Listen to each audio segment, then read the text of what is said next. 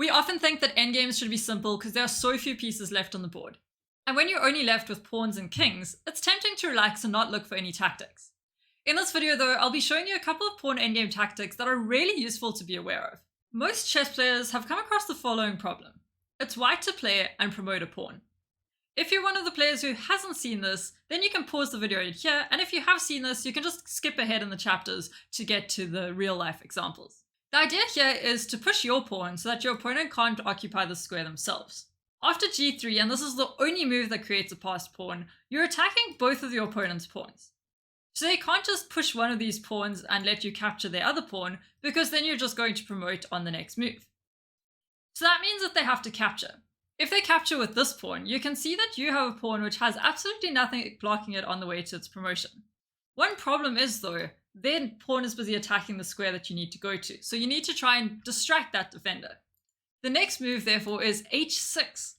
If they take you, your pawn now has a clear path to promotion. And if they don't take you, so let's say they capture your other pawn, or maybe they push their own pawn, you can then capture this pawn and you're even closer to promotion. How about if they capture with the other pawn? So let's say they take with this pawn, now this is the pawn that you're trying to promote. The only obstacle is this pawn busy attacking the square in front of it. So once again, we decoy that pawn with pawn to f6. If they capture, we get a passed pawn. And if they don't capture us, then we can just take this pawn and we promote. Chess Dojo's Ultimate Sensei Season 2 is currently underway for 1400 to 1600 rated players. In their endgame challenge, the players started off with this imbalanced position that you can see on the screen, and they played the games with a rapid time control. Even though the players weren't under time pressure, these 14 to 1600 rated players did miss a couple of tactics, or on the flip side, some of their opponents found some really good tactics in these endgames. Take a look at this position over here, which was reached in one of the games. It's white to move, and take a moment to evaluate, do you think white is winning, is white losing, is it a draw? And then also decide what you would play if you were white in this position. If you evaluated this position as winning for white, you're completely correct. Black's king is really far away from all of the action, whereas white's king is a lot better placed and should be able to win a couple of the pawns on the king side and then create a passed pawn or two and get a queen. So to carry on with this plan, it seems like king takes f5 is a really logical move. If you spotted this, you played exactly the same way that the student in this game did. Crazy enough, you've gone from a completely winning position to a completely losing position. If you're still in shock, just pause the video quickly and try and figure out why this is the case. But if you saw the previous example, you'd have the same similar sort of idea for what we can do over here as black. g3 is an amazing move over here, and it's using the same premise as the previous example.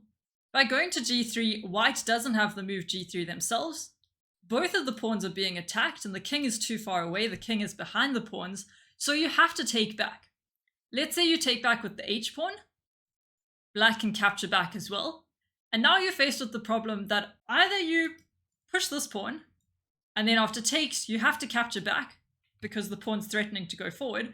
So you have to capture back, and then black just promotes. Or you can take this pawn, and then the black pawn is just a passed pawn and should promote fairly quickly, and your king is just too far away to capture it. Or you could do nothing at all, or maybe win this pawn, but then after the pawn takes on f2, it's one step away from promotion, and your king just can't catch it.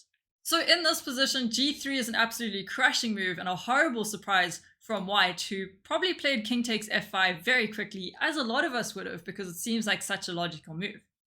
So let's just go back to the original position. What could have saved us over here and kept us with the winning position? One possibility is decoy the black king away, but then after that you still need to make sure that you're not capturing on f5. g3 is the top move that is suggested by the engine, with the idea that if they take, you can capture back, and now your king can just capture the pawns and you have your winning passed pawn and life should be great. If they push the pawn over here, a similar situation, your king can just take, and there's no more pawn pushes that create passed pawns for black. If anything, they create passed pawns for you. So g3 is the optimal move, but other moves that aren't losing, so if you found these, well done as well. King to f4, just making sure that g3 now isn't a possibility because of h takes, and king takes, and now there's no way for these two pawns to break through.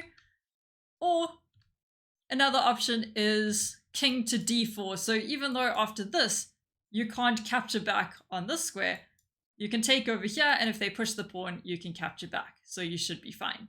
If you're finding this video helpful so far, it'd be great if you drop a like to help the video reach more people. You can also leave a comment below about which endgames you find trickiest to play.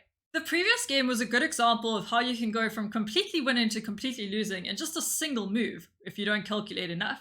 And here's another example of where following a normal plan and just going into autopilot and not calculating can cause you a lot of trouble. In this position, it looks as though your standard plan should be to distract the king with your passed A pawn, and then just take your king, run and attack the pawns at the base of the chain, eat all of the pawns, and then use your 3 passed pawns, or maybe you had to trade 1 or 2 off, but you should have 1 left over at least, and then you can promote that queen and win the game. If you now go into autopilot, and this is kind of what happened in the game following just a standard chess plan, let us see what happens. So A5, distracting the king a little bit, bringing the king across, and carrying on with this plan of going for the base of the pawn chain.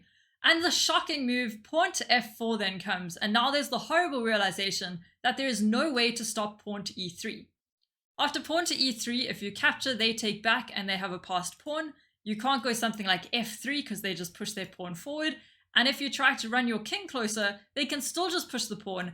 And because your king is behind your opponent's passed pawns, you aren't able to catch the pawn before it promotes. In this situation over here, you can still save the draw if you go something like king to d4, staying close to these pawns so that they can't just make a pawn break, and you're going to end up, after a little bit of defensive technique, you should be able to save the draw. Over here, you can keep your original advantage with pawn to f3.